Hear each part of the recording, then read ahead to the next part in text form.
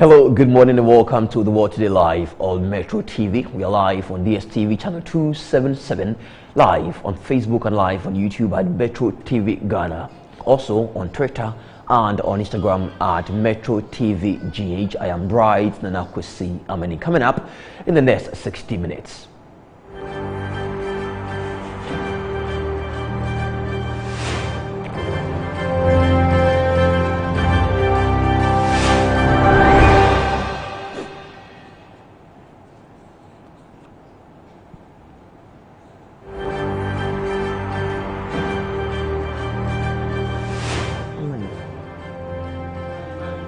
What the hell?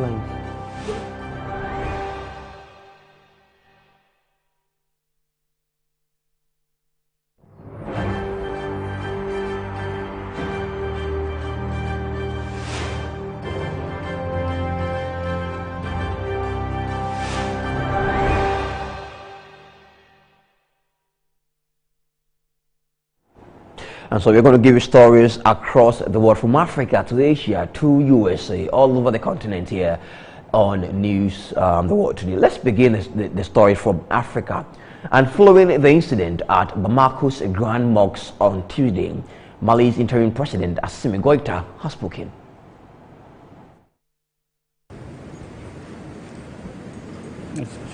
Félicitations.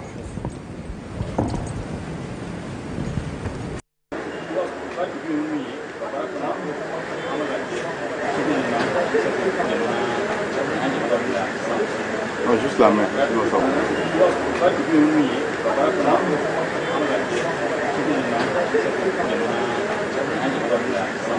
Non, juste la main. Non, ça va.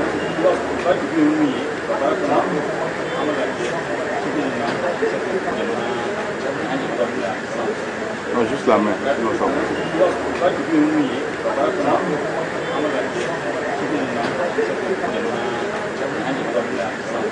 Non, juste la main. Non, ça va.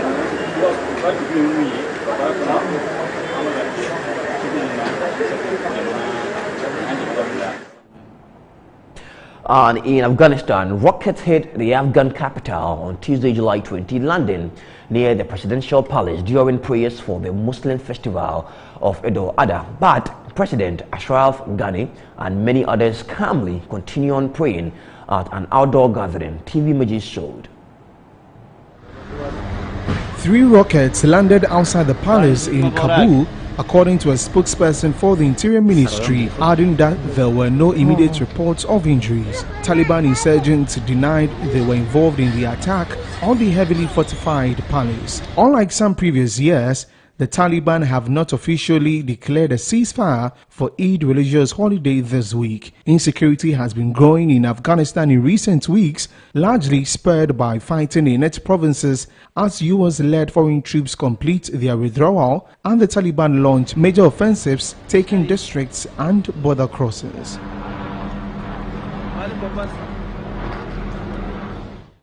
Now take a look at the moment when the bombs were landing and yet prayers continued.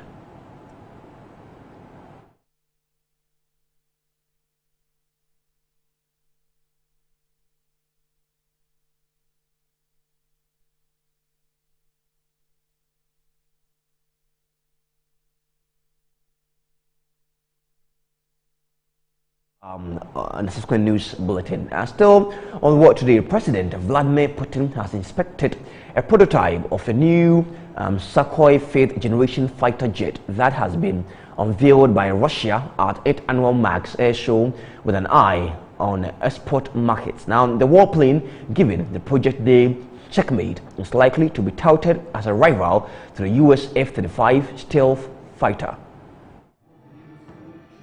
The warplane is expected to fly its maiden voyage in 2023, with a first batch due to be produced in 2026. The Interfax news agency cited a presentation as saying Rostec, Russia's state aerospace and defense conglomerate, said the plane was hard to detect and would have low operating cost. A brief promotional video featured pilots from UAE, India, Vietnam and Argentina, suggesting that Moscow wants to pitch the plane over overseas. Russia has successfully produced prototypes of new weapons in recent years, but has sometimes struggled to move to serial production. Under Putin, it has invested heavily in military aircraft and new armaments, both for its own armed forces and also to boost export revenue from weapon sales. Many of its new weapons are still based on Soviet-era technology from the Cold War. In 2011, Russia used the Max Air Show to unveil the Sukhoi Su-57 stealth fighter. United Aircraft Corporation, which is part of Rostec, owns the Sukhoi aircraft manufacturer that dates back to the Soviet era.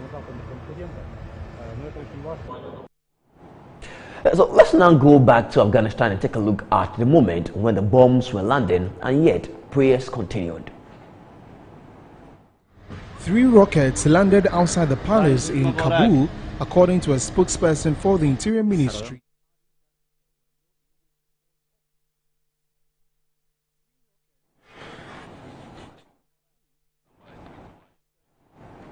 And we apologize for that. Away from that, let's now go back to Russia, as Russian military air forces join firefighters battling wildfires raging in the Serbian region of Yakutia as they dropped 336 tons of water on the centers of forest fires. The Russian Defense Ministry reported on Tuesday, July 20, in Yakutia, the region largely affected by the wildfires. There are 203 wildfires on total area of 1.5 million hectares, the emergencies military said. Driven by powerful and unpredictable gusts of fire, now the flames spread rapidly, endangering human settlement. Smoke from wildfires also covered the Siberian city of Yakutia on Sunday, where people were advised by the mayor to stay home and not open windows as the region fights unprecedented blazes, the Kremlin blazes on climate change.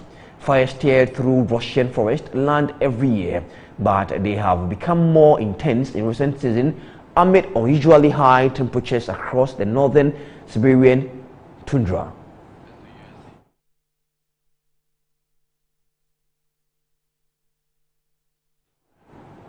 Still on fires, dozens of wildfires in the western United States and Canada, led by a massive blaze in Oregon, are lifting smoke into eastbound air currents that are worsening air quality in some parts of the country and making it for colorful sunsets in others.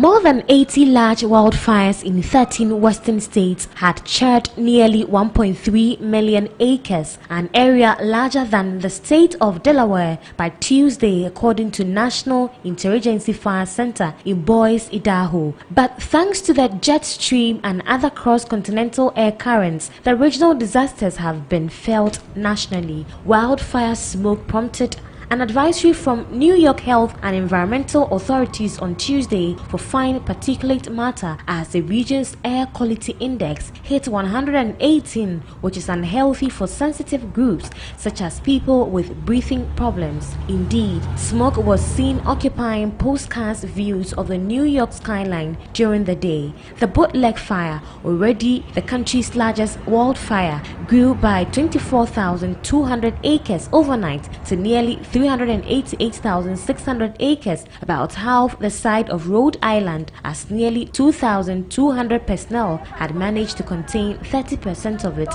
officials said. By early on Tuesday, the fire had destroyed 67 homes and was threatening 3,400 more. An estimated 2,100 people were under evacuation orders or on standby alert to be ready to flee at a moment's notice.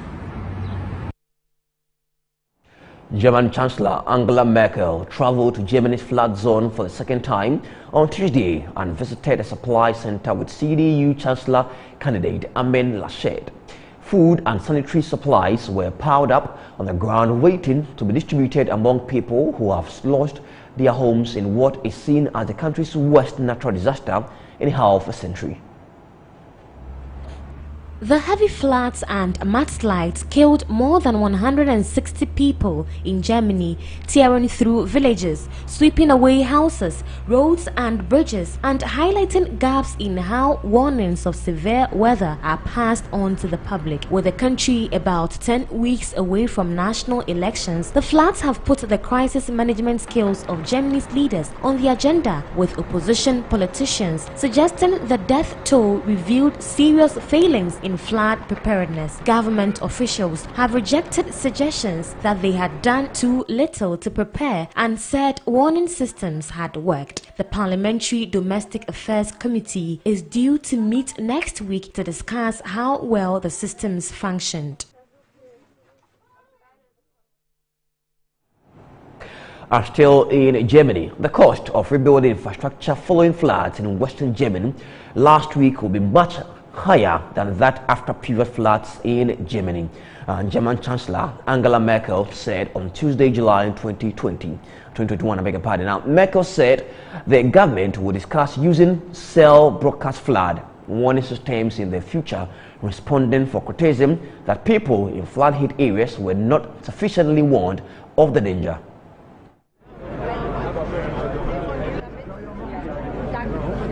Merkel and North Rhine-Westphalia Premier and CDU Chancellor candidate Armin Laschet traveled to Germany's flood zone for the second time on July 20 and visited the flood-ridden towns of AIRSHOW and Bad Moenstreffen. The heavy floods and mudslides killed more than 160 people in Germany, tearing through villages, sweeping away houses, roads and bridges, and highlighting gaps in how warnings of severe weather are passed on to the public. For immediate relief, the federal government plans to provide 200 million euros in emergency aid to repair buildings and damage local infrastructure and to help people in crisis situations. A draft document due to go to cabinet on Wednesday showed that will come on top of 200 million euros that would come from the 16 federal states. The government also hopes for financial support from the European Union Solidarity Fund. So still on problems on the environmental world here on the earth. Now, Nina Gomez is no average environmentalist.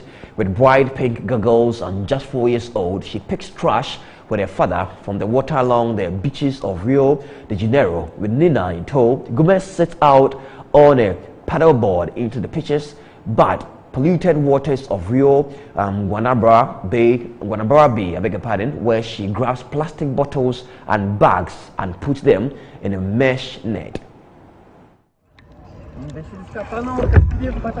Asked why she collects waste from the sea, she says because fish and turtles die. 11 million tons of plastic are discarded into the ocean every year, according to the United Nations Environment Programme. Plastic debris can be deadly to seabirds and marine life, with hundreds and thousands of marine mammals dying each year by consuming or being trapped in plastic waste. Gomez, who made a film in 2017 about the underwater world of Guanabara Bay, was inspired by the birth of his daughter to start Instituto Mar Urbano, a Rio-based group dedicated to fighting marine disasters. Studies by Brazil's Chico Mendes Institute for Biodiversity Conservation found that there were upwards of 400 distinct species of birds, fish, reptiles and mammals that live within or in the periphery of Guanabara Bay. Thousands of Rio residents also rely on the bay to support their livelihoods through fishing.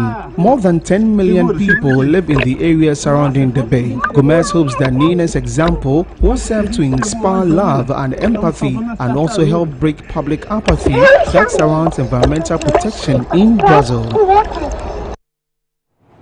And climate change talks this year aimed at keeping global warming in check need to coincide with coal power to history.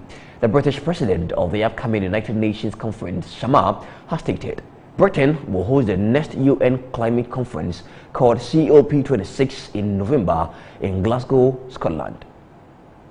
We want COP26 to be the COP where we consign coal power to history. And actually, we are seeing some movements. I mean, if I talk about the UK's own journey when it comes to coal power, back in 2012, less than 10 years ago, 40% of our electricity was coming from coal. we are now at less than 2%. We brought forward the date to 2024 by which we will be coal-free in our electricity mix. And there is an appetite to do this. And I think that's for two reasons. One is that governments absolutely recognize the need to go green and why there is a benefit for the environment, but also for economies and jobs in growing sectors for that. But also, I think it is an understanding that, coal, getting investment, private sector investment into coal is increasingly difficult. So, I mean, it is cheaper to even now to build new solar and wind power than it is to invest in coal power plants. You're seeing that recognized across the world. And the message that I got from the people of Barbuda was that the G20, the biggest emitters, need to step up to the plate. And they speak on this message from, I believe, a position of great moral authority. Many of these countries are already very ambitious in terms of abating climate change, but for it to make a difference in terms of the weather patterns that are hitting them, they need the biggest emitters to step forward, and that's a message that I'm going to be delivering at the G20. I've said to ministers that we need to move beyond people restating their long-held positions. I think we have to find a landing zone. We need to progress from where we got to at Madrid, where some progress was made.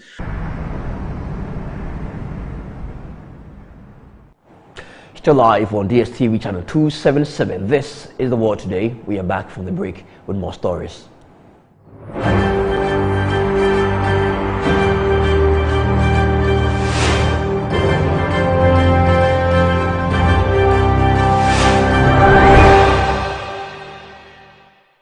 The search for a reliable partner in dealing with available the sale of Camel car batteries, Weichai and Kia spare parts, Zonton coaches and light duty vehicles for everyday. www.saautomobilegh.com. SA Automobile, the pleasure of doing business with you is all ours.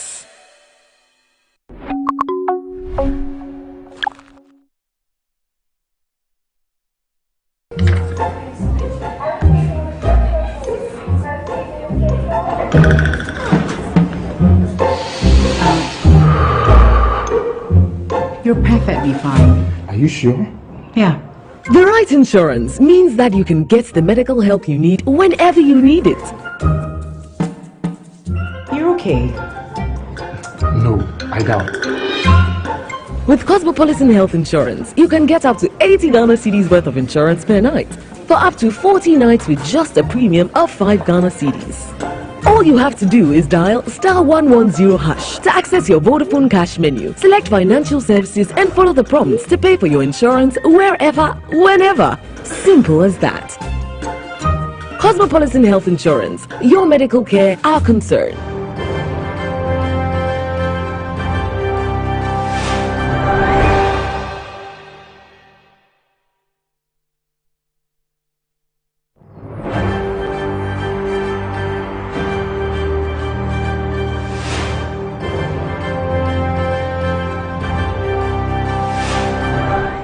Welcome back. And now, the U.S. President Joe Biden will form a working group to examine remittances to Cuba in the wake of protests on the island to determine how those residing in the United States can send money to the country.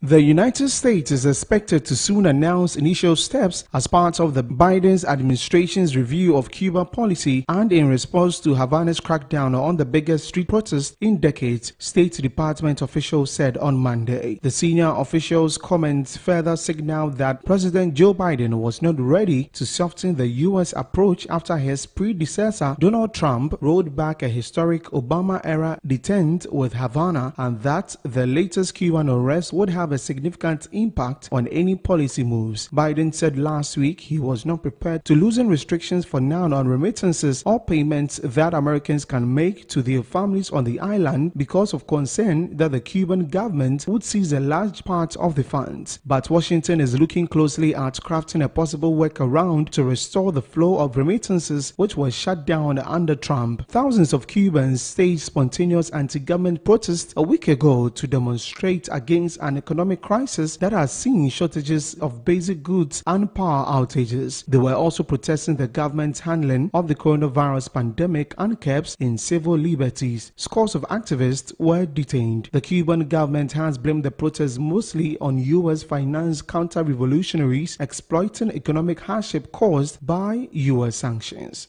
There has been long-standing concern about if you return remittances, if you return to a place where remittances are allowed, that money or funding does not get into the hands of the regime or allow them to pad their pockets. That's certainly something that we're mindful of when we're looking at, that will be a point of discussion in these working groups. Talking about here, this is the bill becomes a law portion of our. Well, at the President's direction, we are actively pursuing measures that both the Cuban people, that support both the Cuban people and hold the Cuban regime accountable. And that has been the prism through which the President has made his decisions. So that includes working closely with the private sector and Congress to identify viable options to make the internet more accessible to the Cuban people. We're looking at options. There are a lot of ideas out there.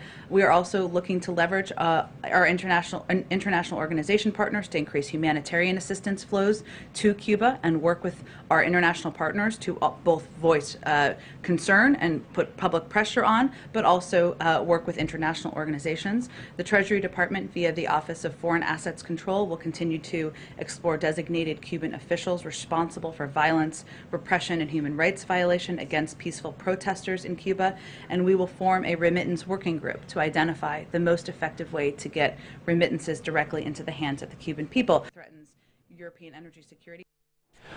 German electricity companies were working hard to reconnect houses disconnected from the grid because of last week's floods, but some are beyond simple repair. In some cellars, the water rose some 1.5 or 2 meters high, totally destroying connection boxes and requiring them to be refurbished. In some cases, workers need to confirm whether houses are still safe to live in or need to be rebuilt. Meanwhile, there is a constant stream of people coming to help flood victims. The flood killed more than 160 people in Germany, tearing through villages, sweeping away houses, roads and bridges, and highlighting gaps in how warnings of severe weather are passed on to the residents in the areas.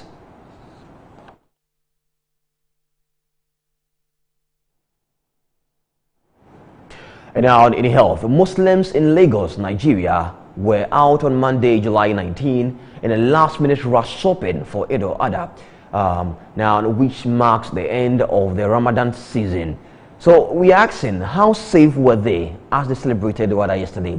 Also known as Eid al-Kabir in Nigeria, the festival celebrates the day of sacrifice when Muslims around the world slaughter animals and feed the poor to seek God's forgiveness. Shoppers were out looking for a good bargain in food stores, clothing stores, and for the best ram in markets, but COVID-19 protocols were at stake.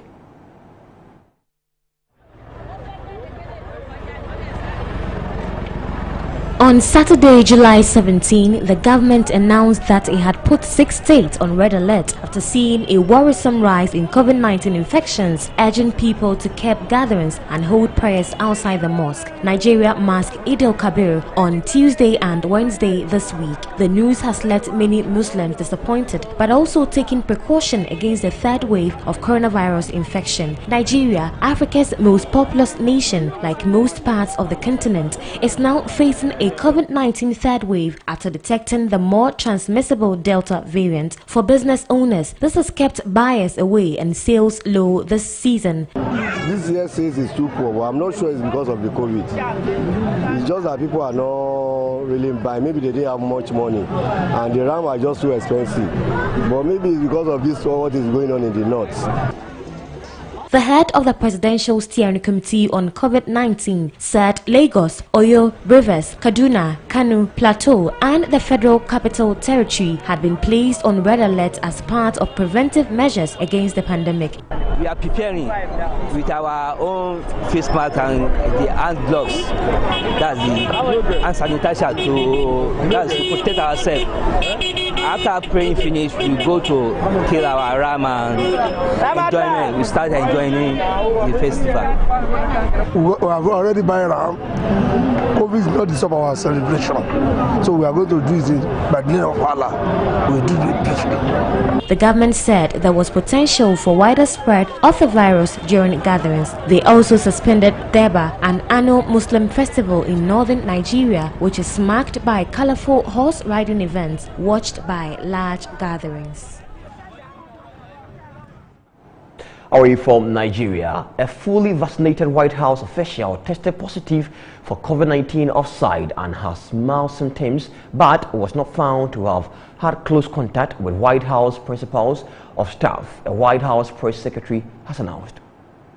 Sure. Well, first, let me confirm that yesterday a fully vaccinated White House official tested positive for COVID-19 off campus.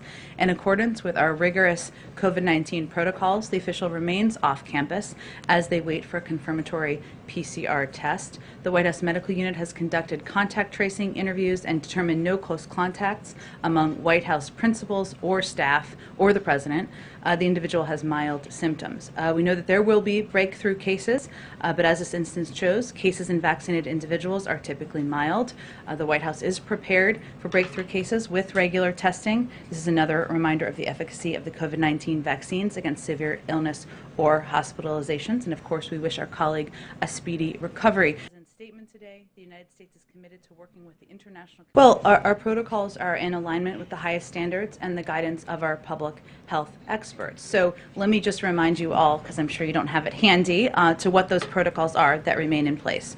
Regular testing of those surrounding and meeting with the presidents. For those who have closer proximity, they are tested more regularly than those who have less proximity. Ensuring those interacting with the president are following CDC guidance regarding mask wearing and distancing. Actively monitoring the health of our campus and the larger community in collaboration with public health and medical experts. We have a robust infrastructure to ensure compliance with these protocols, and we're asking staff to also monitor themselves for symptoms and stay off campus if they develop symptoms. So the news today is that while breakthrough cases will happen, the vaccines are effective and prevent against serious illness and death. We've seen that statistically across the country, with 99.5% of cases in hospitals being for individuals who are not vaccinated. And we will continue to abide by CDC guidelines. Briefly, sure. And in France, French Health Minister Olivier Véran has said a record number of 18,000 new infections has been reached over the previous 24 hours in France as the country is experiencing the fourth COVID-19 wave. Véran and other government officials have insisted for weeks on the importance of vaccination to contain the epidemic.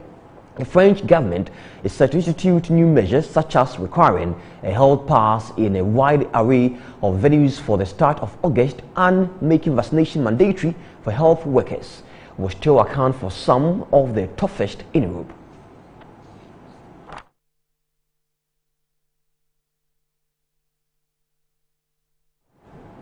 Still on COVID-19, Australia's two largest states have reported sharp increases in new COVID-19 cases, a blow to hopes that lockdown restrictions will be lifted with more than half the country's population under stay-at-home orders.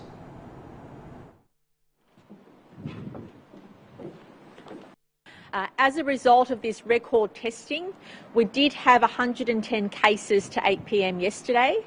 That is a high number, but a number which reflects the high amount of testing that we had. What is concerning, however, that 43 people in those number of cases were infectious in the community.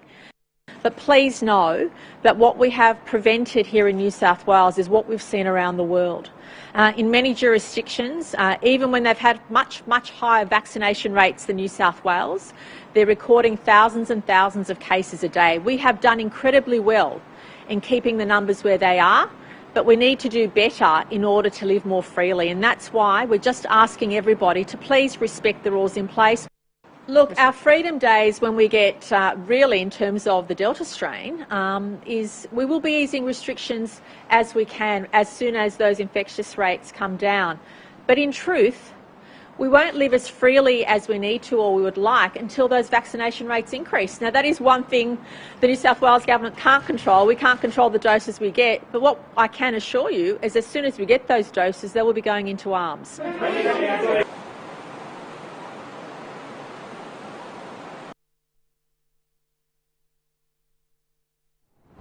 Away from matters of COVID-19, let's now talk about other issues. And Royal, the former top advisor to British Prime Minister Boris Johnson, has hinted that there was a discussion on the possibility of toppling Johnson shortly after an election triumph in 2019 because Brexit campaigners were being sidelined inside Downing Street.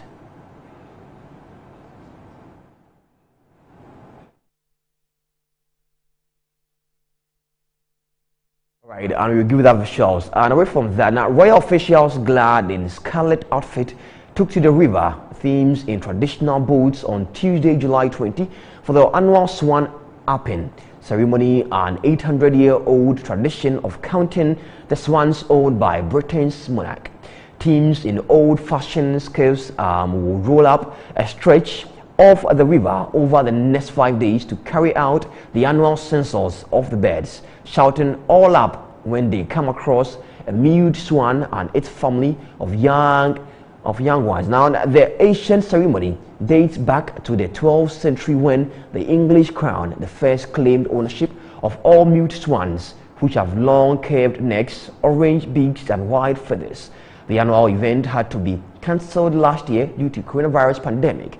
Queen Elizabeth shares ownership of mewed swans on the Thames with the old trade associations of the vintners and dyers, who also join in the upping. However, the monarch retains the right of ownership of all unmarked mewed swans swimming in open waters, although this is mainly exercised on certain stretches of the Thames. We will, every family of swans we come across, we will lift out of the water, we will take the cygnets ashore, we will weigh them, we will measure them, and we will check them for any injuries. A lot of the injuries we find are fishing tackle injuries where young cygnets get caught in fishing tackle, but we can usually take the fishing tackle off when we have them ashore there.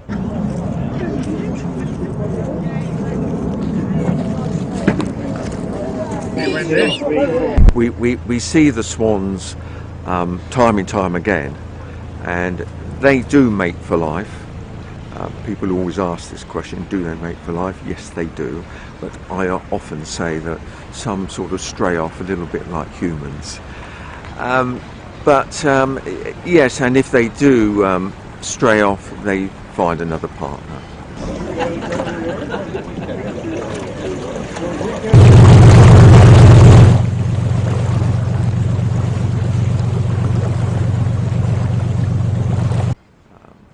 But they're large birds to deal with, as you could probably see today when we were out on the water. You know, the adult birds, they can weigh up to 15 kilos. They have a wingspan of 2.5 meters, approaching 2.5 meters. So they're quite a large bird to deal with. Their size.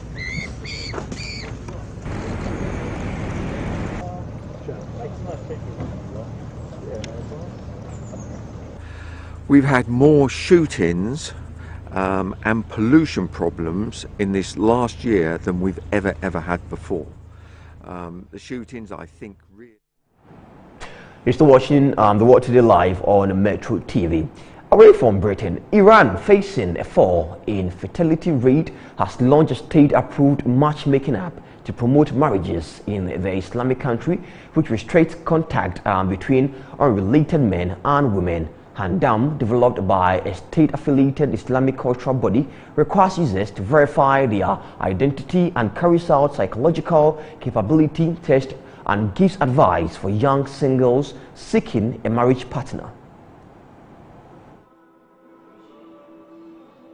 The app offers matching and counseling services to prospective couples and their families and remains in touch with them for 4 years after marriage, the semi-official news agency reported. Western-style dating is banned under Iran's Islamic laws, but many young people reject traditional arranged marriage and want to decide their own future. Officials have expressed concern that Iran's population could be among the oldest in the world in 2 decades after the fertility rates among Iranian women dropped 25% over the past 4 years, according to Iranian media reports. The fertility rate is about 1.7 children per woman. Iran started reversing its family planning policies a decade ago, making contraception, which had been available for free, gradually more difficult to get. In 2014, Supreme Leader Ayatollah Ali Khamenei issued an edict that said boosting the population would strengthen national identity and counter undesirable aspects of Western lifestyles.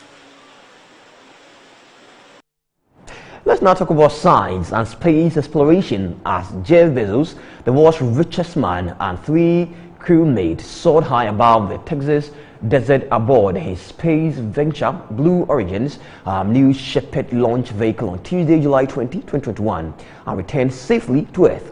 A historic suborbital flight that helps to inaugurate a new era of private commercial space tourism. The 57-year-old American billionaire flew on a voyage lasting about 10 minutes and 20 seconds to the edge of space 9 days after Briton Richard Branson was aboard his competing space tourism company Virgin Galactic's successful inaugural suborbital flight from New Mexico. New Shepard was designed to hurtle at speeds upwards of 2,200 miles per hour to an altitude beyond the so-called Kármán line, 62 miles, set by an international aeronautics body as defining the boundary between Earth's atmosphere and space. After the capsules separated from the booster, the crew was due to have unbuckled for a few minutes of weightlessness. Then the capsule returned to Earth under parachutes using a last-minute retro thrust system that expelled a pillow of air for a soft landing in the Texas desert. The mission was part of a fiercely competitive battle between Bezos's Blue Origin and fellow billionaire Richard Branson's Virgin Galactic to tap a potentially lucrative space tourism market. The Swiss bank UBS estimates will be worth $3 billion annually in a decade. Bezos, founder of e-commerce company Amazon Incorporated, and his brother Mark Bezos, a private equity executive, were joined by 2 others, pioneering female aviator Wally Funk, 82, and recent high school graduate Oliver Damon, 18, become the oldest and youngest people to reach space.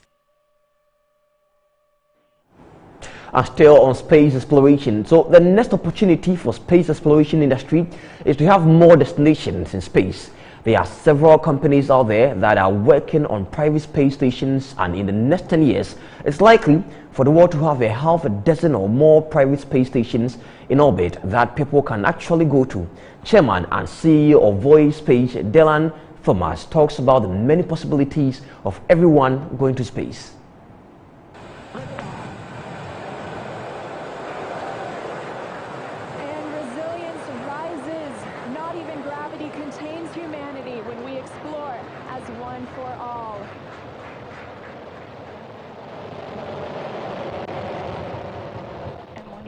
I believe in the power of space as a tool for transformation.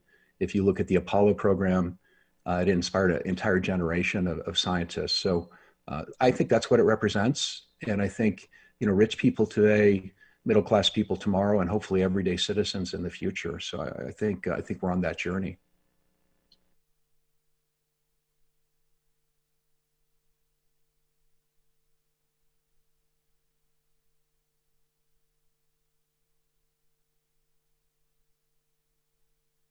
Within space tourism, you really have 2 different categories. You have suborbital, which is what Virgin and Blue Origin are doing, and that's going up to this Kármán line, roughly 100 kilometers above the Earth, and getting your astronaut wings, which for many people is significant.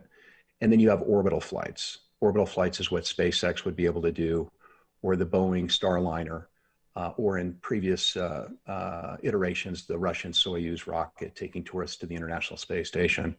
Orbital is a totally different category. You're pulling way more Gs, you have to go through way more training. It's sort of a multi-week, multi-month training regimen as opposed to a multi-day training regimen.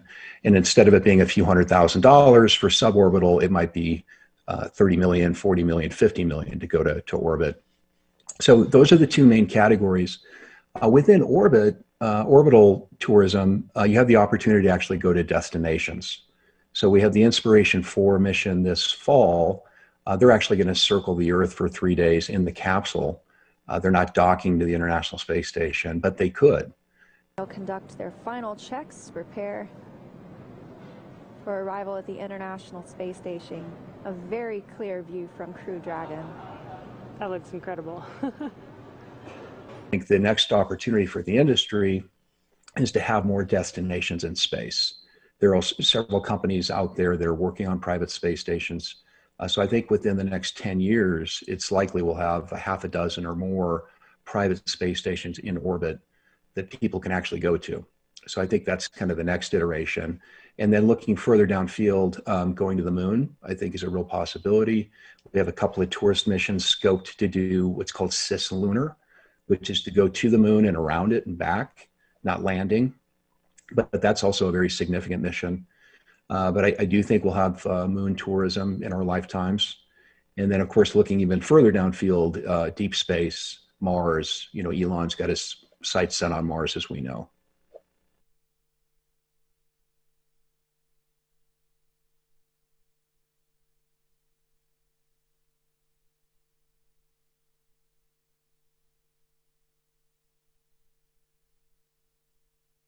I think we'll be below 6 figures on suborbital within that 10-year time frame for sure. So I'm very confident of that. I think orbital, if Elon and SpaceX are successful with Starship, one concept with Starship is you could actually use that to go point to point here on Earth. So imagine going Sydney to Tokyo, you do it via orbit, and if they can get 150 people on a Starship, which is roughly what I think they're planning to do, then you might be able to get that price down to the cost of an international first-class ticket over time. And then, of course, it's a tipping point, because why would you fly on an Airbus 380 if you could be there in 40 minutes on a rocket and get your astronaut wings and get a view of the Earth?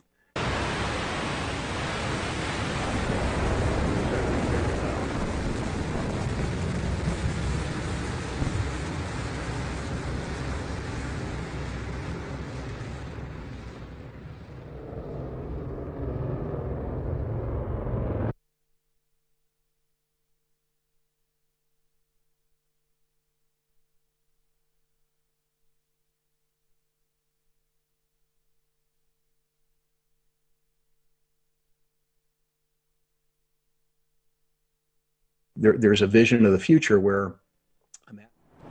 And so hopefully we all get to see what is out there in the sky. Now, NASA is encouraging the use of commercial companies for space missions after the successful flight of the Blue Origin capsule to the edge of space. White House spokeswoman Jen said on Tuesday, July 20. Now, White House also hailed the presence of the flight of 82-year-old Wally Funk alongside billionaire Jeff Bezos, saying she's America's new sweetheart. Challenging times and Islam's commitment to equality. First, I would say if the United States is the first country to have private companies taking private passengers to space, this is a moment of American exceptionalism. That's how we see it. It will be the ingenuity of all of our commercial partners to help us continue advancing to the next stage of our nation's space exploration. And investments in space create jobs, can improve life here on Earth through climate monitoring and medical advancements, just to name a few. So NASA is excited to see these achievements. Our charter requires that requires that agencies seek and encourage to the maximum extent possible the fullest commercial use of space. So we certainly support these endeavors. Wally Funk is now on my list of people that I would most like to meet in the country. She's America's new sweetheart. You're still watching The World Today live on Metro TV Live on DSTV channel 277 at 7 a.m. this morning with Nanaya Bwachitanwa and Koju Nyantaji Krantin will be on with the latest happenings in Ghana. We return from the break with some more stories.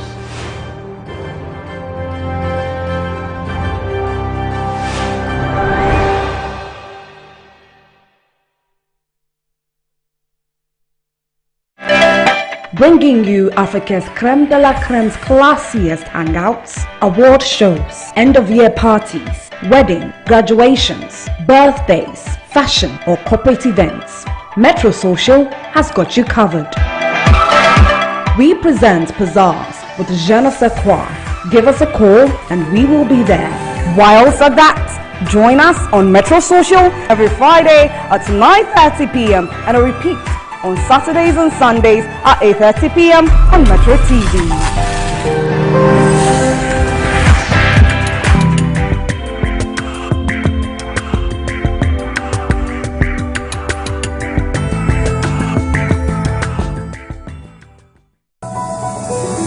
Are you tired as a consumer in Ghana when it comes to issues that confront you as a consumer? Worry no more. Kofi Capito, I'm here to give you the information, all that you need to make sure that your right is protected as a consumer. We have too many laws and agencies that should protect the right of the consumer. I'm here to give you the information that will help and assist you to get goods and services delivered to you without any worries. Watch the Capito Show on Metro TV.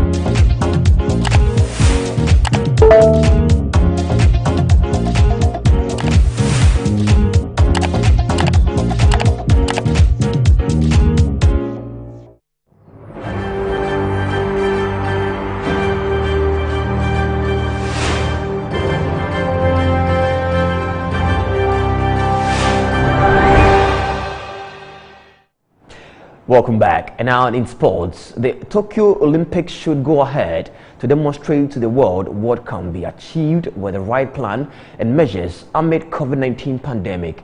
World Health Organization head Tedros Adhanom has told organizers and participants of this year's Olympics. In fact, I have come to answer a question. It's a question I'm often asked and which the people of the world are asking. And that is the head of the World Health Organization, Tedros. They're giving hope as the Olympics 2020 still records a number of COVID-19 cases. Now, the chief of the Tokyo 2020 organizing committee has not ruled out a last-minute cancellation of the Olympics as more athletes test positive for COVID-19 and major sponsors ditch plans to attend Friday, July 23's opening ceremony.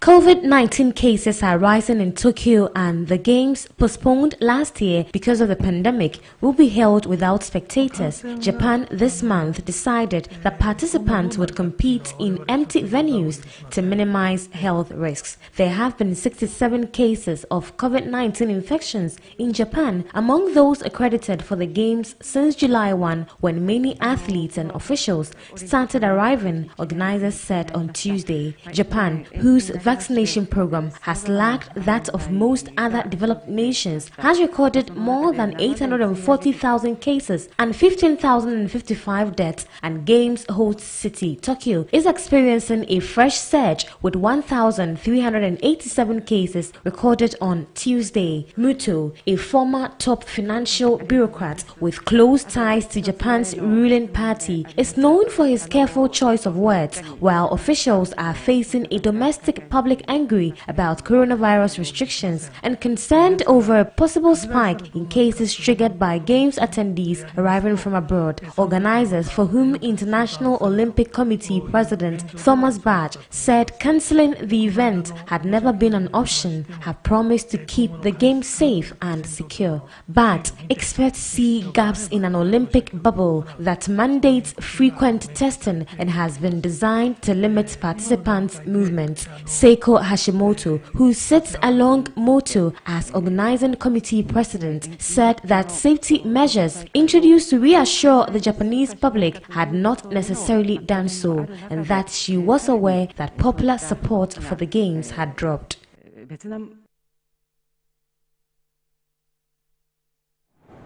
And that's it for sports. Now time for business. Wall Street main indexes opened higher on Tuesday, July 20, as economically sensitive stocks rebounded following a sharp sell-off in the previous session. Our shares of IBM jammed the strong second quarter results. The Dow Jones Industrial Average rose 19.8 points or 0.06% at the open to 3,398.179. The S&P 500 rose to 6.6 points or 0.16% at the open of 42,605.11%. Now, while the Nasdaq Composite rose to 5.5 point or 0.39% to 14,330.462 at the opening bell.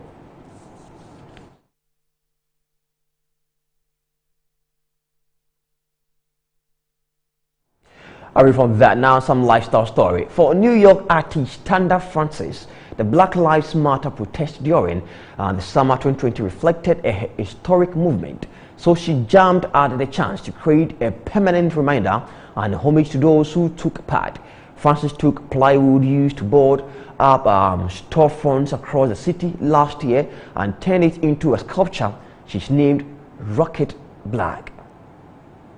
Tanda Francis, and this is my piece, Rocket Black.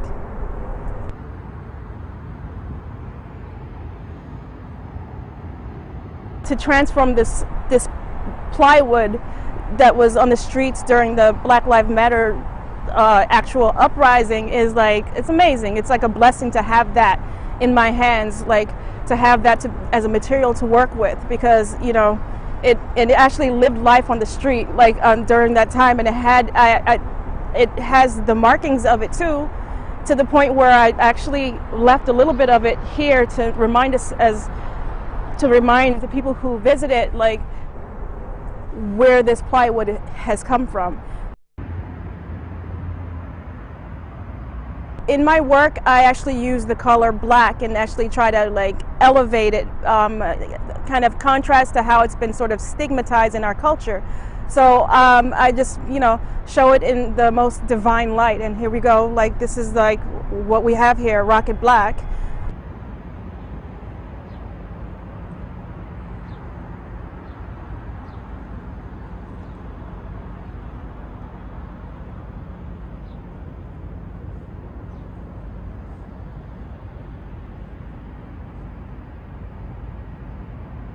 I want to change the dialogue around the word black itself, and that, you know, just show it as in its glory. So this piece itself is depicting a goddess-like woman, and she's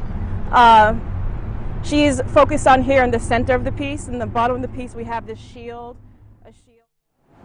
A beautiful piece right there. That's it for the news here on The World Today by Crown Crossover. To this morning, where Nanaya Abuashitanwa and Koju Nyantachi Quarantine on standby to come to you at 7 with the latest happenings here in Ghana. Nanaya and Koju, what's up this morning?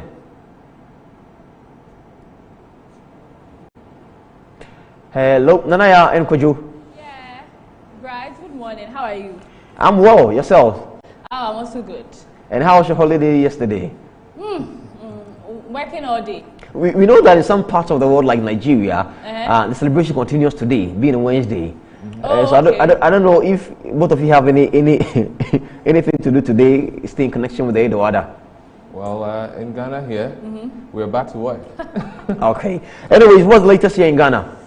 Okay, so there's Ghana-Nigerian trade and also creation of new jobs. According to the finance minister on Thursday, he's going to introduce a new job under the 100. Pardon? Obatampa. Yeah, the Obatampa job creation. So that is in the news. Also, the Imam also launched a road safety campaign yesterday. So that and many more is in the news.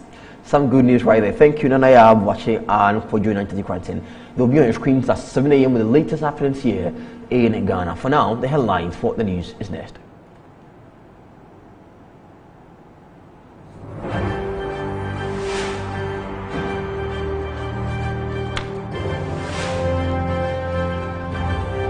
In Afghanistan, rockets hit the Afghan capital on Tuesday, July 20, landing near the presidential palace during prayers for the Muslim festival of Eid al-Adha. But President Ashraf Ghani and many others calmly continued praying at an outdoor gathering. And in Britain, a co-worker formerly of Boris Johnson has stated that they planned to oust him because the move for Brexit had no plan at the time.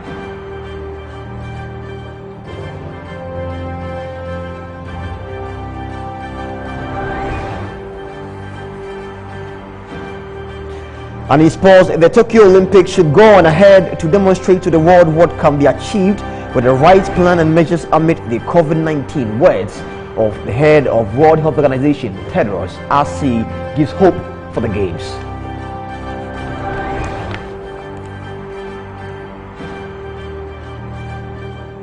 We've been live from our studios here at Reach in Accra. This is the Kuya Boy Master News, and this is the What to Do with me, Bright Nana Kwesi.